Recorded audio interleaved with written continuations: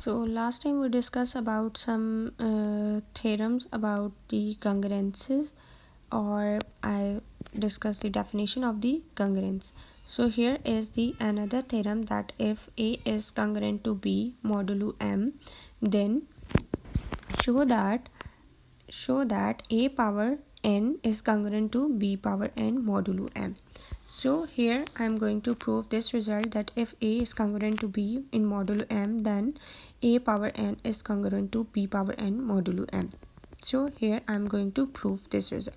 So given here is A is congruent to B in modulo M. So by the definition of the congruency, I can say that M divides A minus B. This also implies that M divides A minus B into A n minus 1 plus A n minus 2 into B plus up to so on B power n minus 1. Because of the you can say this is because of the property, some divisibility property, that if A divides B, then A divides BC. So this is basically the C here.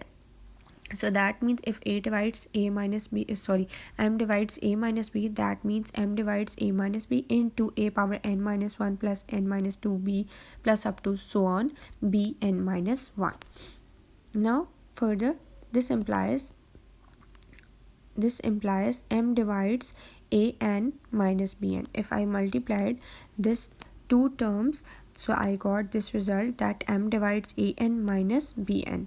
So this implies by the definition of the congruency that A n is congruent to B n modulo M. So this is the proof here simply, but what you have to keep in mind always that there is some remark that the converse of this theorem is not true in the journal, you can say in journal. How the converse of this theorem is not true, I am taking some example that if A square is congruent to 4 square in modulo 3. So this result satisfy here that A square is congruent to 4 square modulo 3. But I can say that if I check that A is doesn't congruent to 4 in modulo 3. So that means the converse of this theorem doesn't hold. Because of this, you can say because of this result that A square is congruent to 4 square modulo 3. This is the congruent situation, but here A is incongruent to 4 in modulo 3. So this is the, you can say, this is the result here. That is what we have to do is we have to check whether if A is congruent to B modulo M, then A power n is congruent to B power n modulo M.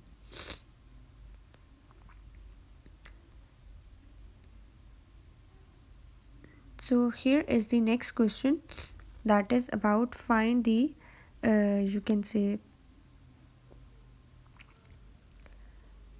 find the remainder when 2 power 57 is, you can say, divisible by 13. So this is the you can say in the according to the congruence, I am going to check this example that whether 2 power 57 is divisible by 13 or not. So I know that since 64 is congruent to minus 1 modulo 13. How I write 64? Because I just read the table of the 13. So I take some value that I can say 13 into 5, that is 65. That means 64 plus 1. So that means 64 is congruent to minus 1. So I write by you can say by this term, like 64 is congruent to minus 1. I take it by myself, this value. And 64 is basically, you can say, this is equals to the 2 power 6. So that means 2 power 6 is congruent to minus 1 in modulo 13. So here this implies that if I multiplied some value, that 9, so on both sides, so that means 2 power 6 power 9 is congruent to minus 1 power 9 into modulo 13. So this implies that 2 power 54 is congruent to minus 1 modulo 13. Now to satisfy the result, I introduce another term multiplied with 2 power 3 into 2 power 54, that is congruent to minus 1 into 2 power 3 in modulo 13. So this implies that 2 power 57 is congruent to, I can say, minus 8 in modulo 3.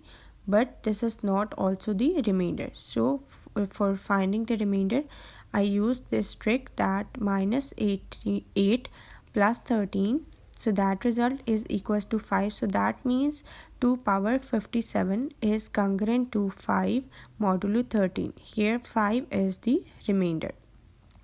So this is the value which we have to find in our question. That is what we have to find here is find the remainder when 2 power 57 is divisible by 13. So I take this journal value that 64 is congruent to minus 1 in modulo 13. Then I can write 64 in the power of 2 power 6. So multiplying both sides with power 9, I got this result. Again, I multiplied the result with, I take power 9 here.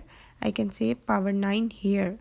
And but in the next step, I multiplied with 2 power 3. So I got this result that 2 power 57 is congruent to minus 8 modulo 13, but minus 8 is not the remainder here. So I check it further.